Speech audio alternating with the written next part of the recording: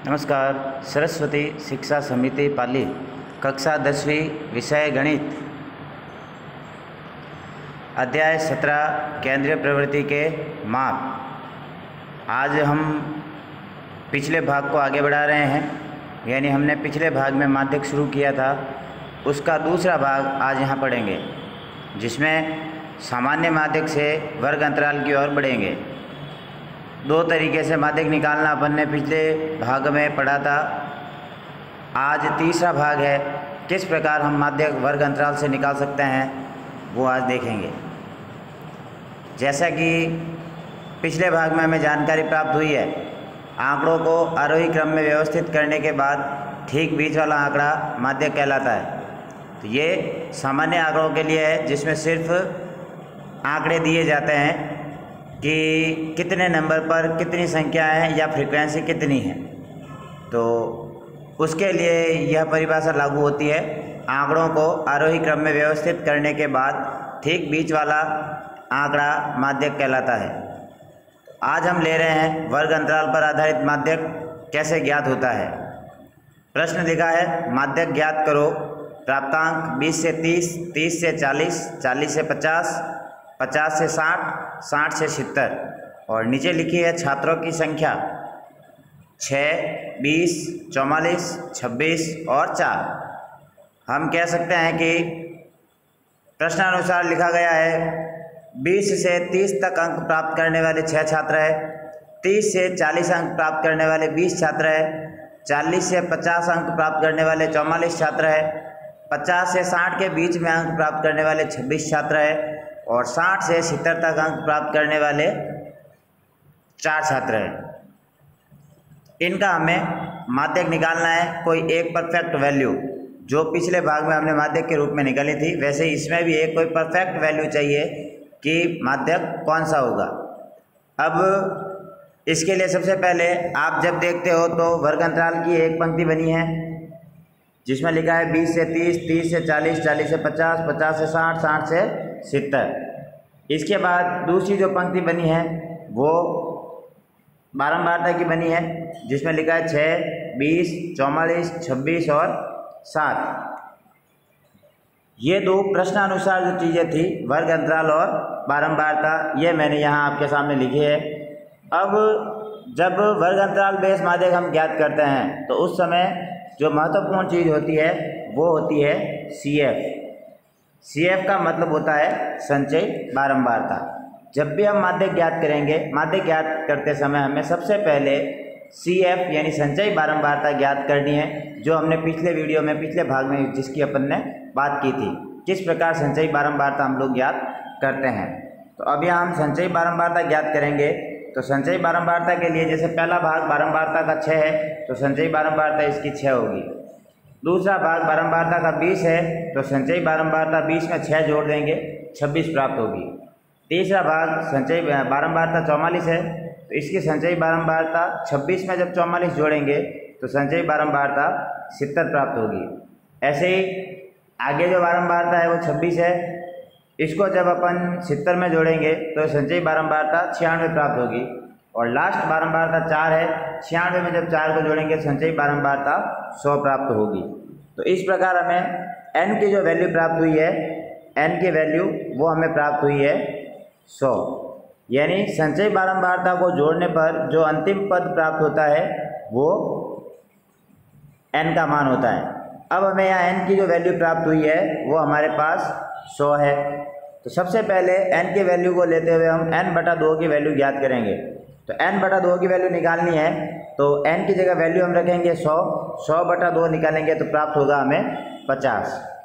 अब ये जो 50 है, इसके साथ हमें क्या करना है उसको देखेंगे। ये 50 हमें प्राप्त हुआ है।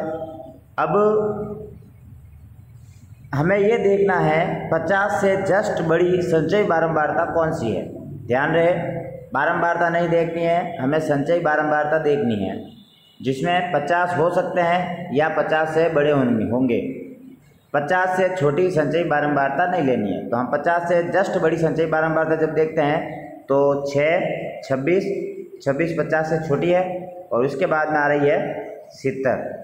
तो 70 जो है वो 50 से 70 जो संचयी बारंबारता है वो 50 से जस्ट बड़ी है, तो 70 है, 70 की फ्रीक्वेंसी है 44 और वर्ग अंतराल है इसका 40 से 50। तो ये वैल्यू हो गई। वर्ग अंतराल 40 से 50 है, बारंबारता 44 है और संचयी बारंबारता 70 है। तो माध्य का फॉर्मूला लगाएंगे, m बराबर L plus n/2 minus CF/F into H। जैसा कि हम पिछले ही भाग से करते आ रहे हैं, क्या क्या है, L की जो वैल्यू है वो लोएस्ट लिमिट है, निम्नतम सीमा, H जो है वो हाइट है, वर्ग सीमा कितनी है वो h है, n की वैल्यू मैंने अभी बताई, संचयी बारंबारता का जो अंतिम पद है वो n है और n/2 पूरा हमने यहाँ निकाला हुआ है। CF की वैल्यू, ये चीज़ हमें एक ध्यान देनी है, किस प्रकार हम लिखेंगे। तो सबसे पहले हम इस फॉर्मूले में वैल्यू रखते हैं। सबसे पहला पद लिखा है L, तो L की वैल्यू यहाँ 40 से 50 वाला वर्ग अंतराल था, तो L की वैल्यू आएगी 40, तो मैंने यहाँ लिखा है 40। अब n/2, तो n/2 जो है वो अपन ने ज्ञात किया, n/2 50 है, तो ये आ गया n/2 50। आगे CF, अब CF का मतलब ये है आपने जिस पे गोला मारा है, यानी अपन ने 70 पे गोला मारा, तो 70 के जस्ट ऊपर कौन सी संचयी बारंबारता है वो देखना है। तो 70 के जस्ट ऊपर जो संचयी बारंबारता है वो 26 है, तो हमारे यहाँ जो CF की वैल्यू जो होगी वो 26 होगी। वापस ध्यान रहे, CF कौन सी लिखनी है, जिस ब्रैकेट को अपन ने चूज़ किया है, जो ब्रैकेट हमने लिया है उस ब्रैकेट के जस्ट ऊपर वाली CF हमें लेनी है। या हमने 70 वाले ब्रैकेट 70 वाली संचयी बारंबारता को सेलेक्ट किया है, तो 70 वाली संचयी बारंबारता के जस्ट ऊपर 26 है, तो CF के रूप में हमें 26 को काम में लेना है। तो यहाँ CF की वैल्यू रख दी 26। उसके बाद F, तो F की वैल्यू जो है वो जिस ब्रैकेट पे अपन जिस पे ब्रैकेट मारा है उसकी जो फ्रीक्वेंसी होगी वो हमारे लिए F का काम करेगी। तो यहाँ बारंबारता जो अपन ने ब्रैकेट लगाया है वहाँ बारंबारता 44 है, तो F की वैल्यू 44 आ गई। आगे है H का मैंने कहा वर्ग अंतराल कितना है, तो 40 से 50 के बीच में 10 का अंतराल है, तो यहाँ वैल्यू मैंने रख ली 10। आगे सरल करेंगे इसको, तो 50 में से 26 गए, पीछे बचे 24 का 10 से गुणा करेंगे तो प्राप्त होंगे 240, 240/44। 240 में जब 44 का भाग देंगे प्राप्त होगा 5.45, 5.45।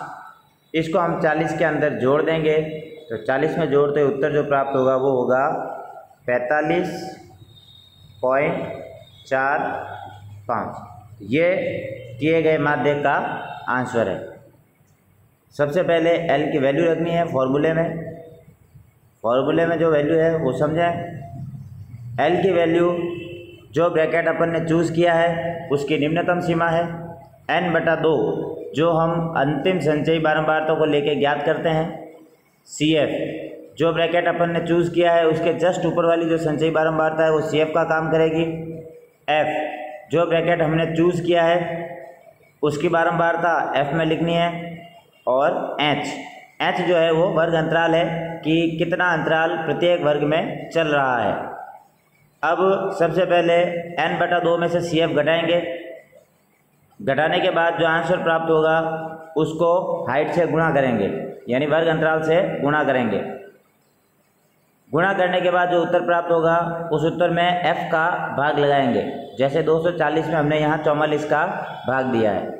अंतिम भाग देने के बाद जो आंसर आएगा उसको हम L के अंदर जोड़ देंगे।